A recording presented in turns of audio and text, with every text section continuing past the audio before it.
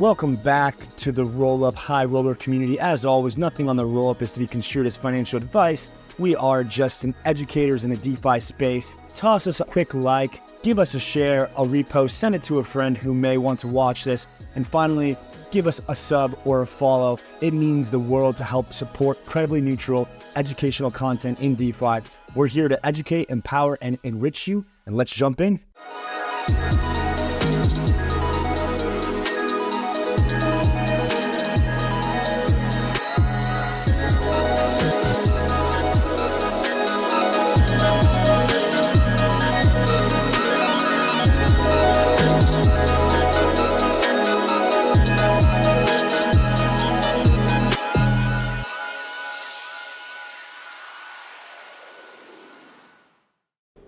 Yeah, so lots of talks about L2s today.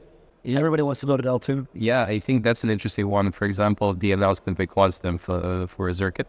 Yep. So that's like a arm of Quantstamp, Zirkit. Yeah, it's done by Quantstamp. I'm not sure how they organized internally, but I said, I was asked by someone, do I think it's a dumb idea? I said, I don't think it's a dumb idea. I don't think it's a smart idea. I think it's an entertaining one. Yeah, exactly. Yeah, but I talked with Alex from Quantstamp. I think the way that they're approaching certain stuff around sequencing is a very innovative thing. So for you guys, it's like more, for you and any other info providers, it's like more rollups, more clients.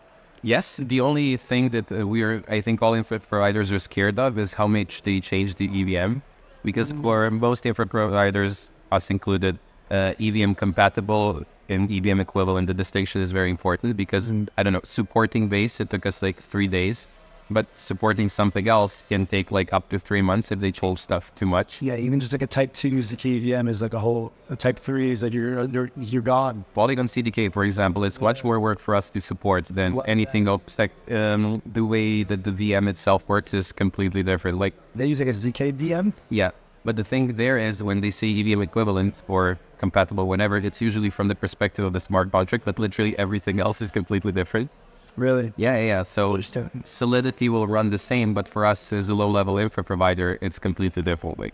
Yeah. So I think a lot of our user base or the community generally may know you guys from Gnosis Safe from the risk assessment. Yeah. I think that's probably like the most prominent free ad space possible in this space.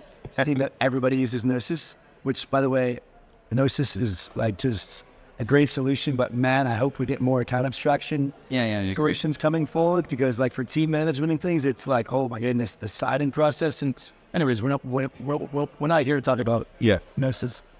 So what do you guys do for Gnosis? How do you guys do it? And I was just a bit of an explainer as well. Yeah, sure. So we have been working with the Gnosis team even before they divided up into Safe, Gnosis Chain, and everything else that came from it.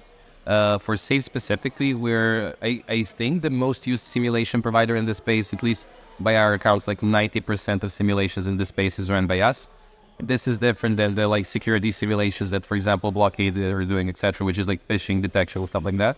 Here we tell people what will happen as if they submitted the transaction on chain without actually submitting it. That's very powerful because I can see if, I'm minting an NFT, but all of my NFTs are leaving my wallet. Or I can see if a Uniswap swap will fail, I'm just not going to submit it and spend like $70 on mainnet for it to not work. Sorry. I could get distracted. If you remind me, I'm still 24 here. No, I'll get them 28. But the plan. Take this part out of you. I do that. For some reason on Gnosis Safe though, whenever I send to my own EOA that I'm also signing with, it gives me like an error, like oh, you're sending this to an EOA wallet. It never happens. Yeah, I don't know. But to be honest, I guess that's a question for the Safe crew. Yeah. Okay. No, but it doesn't show on template, but it just gives me a little thing saying on the simulation, It might be the error itself. So the thing is that it really doesn't know what it's simulating. Yeah. So in the sense of we're just simulating a transaction. So we're not aware, is it safe? Is it Uniswap? Is it Chainlink? That really doesn't care that much. Yeah. So it's a very good foundational way to do simulations. Yeah. A lot of stuff in the space is using us. So for example, Join Fire, the extension, or the MetaMask extension, it is using Tenderly simulations in the background. Then they add all of the value add of giving you a peace of mind while Fire is doing its job and stuff like that. So we're a very good tool to build on top of the simulation results. Yep. And like do additional stuff with it. And you guys work with a lot of testnets then? Yeah. I mean, we also a thing that we announced yesterday is an early access for something called Tenderly Testnets. Actually. Yeah, there you go. Actually, so the thing is, for 3 years now, and Tenderly you could fork a network, and that's very important because I don't know. Let's say I'm Aave and I have a governance proposal to update Aave, which can make Aave, I don't know, exploitable or whatever. Yeah. So what they would do is they would fork the chain, and then there the DAO can actually look at what will happen post proposal. Yeah. So you can literally simulate into the future on a fork. Gotcha. So what Tenderly Testnets are is a way to do that in a much more scalable way, but even following the forked chain. So Chainlink is updating, Uniswap is updating, etc. Yeah. And imagine like you have your copy replica of mainnet, but you can play around with it whenever fun works. And can you, like, if it's a closed testnet, you can get unlimited faucet? Yeah, it's like... or is this like part of what Tenderly's experience is? Like, Yeah, so it's your testnet, so you can give fake ETH to anyone. You can actually change Uniswap contracts if you want. So because it's still the data from the fork network, so it's still mainnet data, it's still Polygon data, only it's completely malleable, basically. So you can it's like a God mode testnet, basically. So you can use it again for testing, for bug bounties, to play around with it. You can do whatever you want with it, basically. So when token? Never. No, really never. I know I laughed. I laughed here, but there has been multiple situations with me, both on record and on camera, saying it makes no sense for Tenderly. Yeah, it doesn't make any sense for intro projects, really. Depending on which one. The graph, for example, it makes a lot of sense. I think they're still having trouble. Yeah, I think they're still having trouble figuring out how to do tokenomics correctly. I think it's much better than it was 4 years ago. But when we started Tenderly out, I mean, we did have that internal discussion, but we were also like, we want to solve problems, not accrue value for token holders in the sense of trying to figure out token economics. It makes sense. Yeah, it's a double focus. It's like, we don't know how to do that. Like when we started the company, the four of us had no idea how to tackle that. So we were like, okay, let's just play to our strengths and that's it. Yeah. So you guys are almost like a software as a service model then. Infrastructure as a service. Yeah, completely. I mean, we say like we entered the space as skeptics. Actually, out of the four of us, 3 of us thought blockchain is shit 5 years ago, and then the fourth one, Nevishik, was also here. He told us, let's go to a hackathon, I'm going to show you. He ended up winning that argument, as you can see, because we're talking here today on a Web3 conference, not an AI conference. But we approach everything that we look at is like, how is Web2 doing it? How can you change it through the lens of Web3? Yeah. And that's how you get our products, like, again, simulations, forks, or the way that we're doing alerting and stuff like that. Yeah, so what's coming next after Tenderly testnets, like next Q1? Well, the thing is that we stopped doing the thing that we did now, is launching it in early access. No. Okay, I don't turn off, bro. Yeah. Launch except tonight. Yeah, but launching it in early access. So we will actually be working on this until it's done. So that's like the official ETA, until we're extremely happy and everybody who has tried it in early access is happy with it. So that's definitely the main focus. And then other stuff is adding new networks. So networks like Mantle, some ZK networks as well. So yeah. So like, if we get to a world by the end of 2024 where there's like 500 rollups or more or less, are you guys going to make a ton of money? I mean, as a company, I guess hopefully yes, but I think also if we make a ton of money, those rollups might not make sense from a business perspective, in the sense of the thing that is amazing about rollups right now is that they look like servers from Web2, and now stay with me and please don't cut this point in the article, but basically the business model of all infrastructure providers has to change. Yeah. Like you cannot charge Zora the same amount you can charge, I don't know, Coinbase for Base. It's like a completely different thing. Whoa. So I really like, I think Caldera actually did this distinction between app-specific and ecosystem-specific chains. Okay. It's two completely different games. They're both chains, but it's completely different from all of the other perspectives. Sure. Yeah. For sure.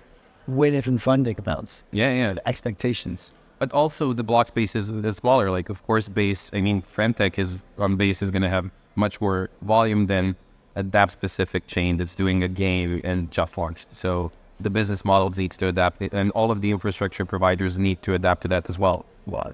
Who's your winner in the L2 wars? So I know this will sound like a diplomatic answer, but I'm just going to say that I'm extremely happy that we're probably gonna end up with 4 or 5 stacks, like stuff like OP Stack, Orbit, Polygon CDK, etc.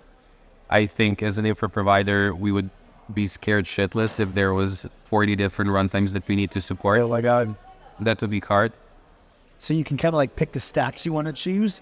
So like as a company, you can almost like bet on the stacks that you think are going to do well. Yeah. And then hope that that takes you. So basically as a company, you can bet on a stack almost. Like you can say, okay, I want to bet on these 3 stacks, but we're going to make sure our devs are apt at this. We're going to make sure that we can support all these rollups. And if 1 or 2 of these stacks blow up in terms of like their like longevity and use case and sustainability and some killer apps or something, you could have some big wins for the business then.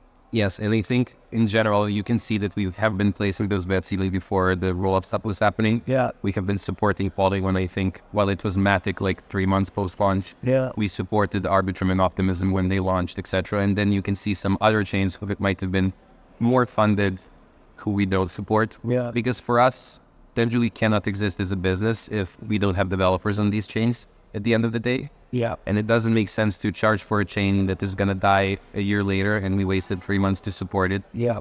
So exactly. That's what I'm saying. Yeah. It was crazy.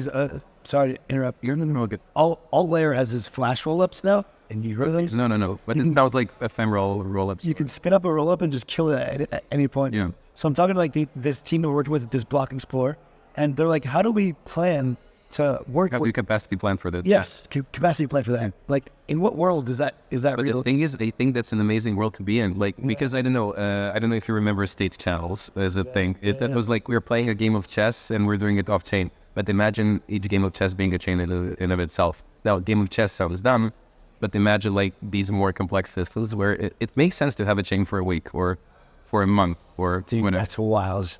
A chain for a week? So it's just that cheap to spin it up and then you can just kill it. Imagine Splitwise. No monetary, like, oh my God. Dude, Splitwise is a perfect example. Yeah, but not Splitwise is an L2, but like Splitwise per trip, like a split string per trip. You just can have a custom timed chain you can set the turn. Yeah. No, it's going to be extremely fun.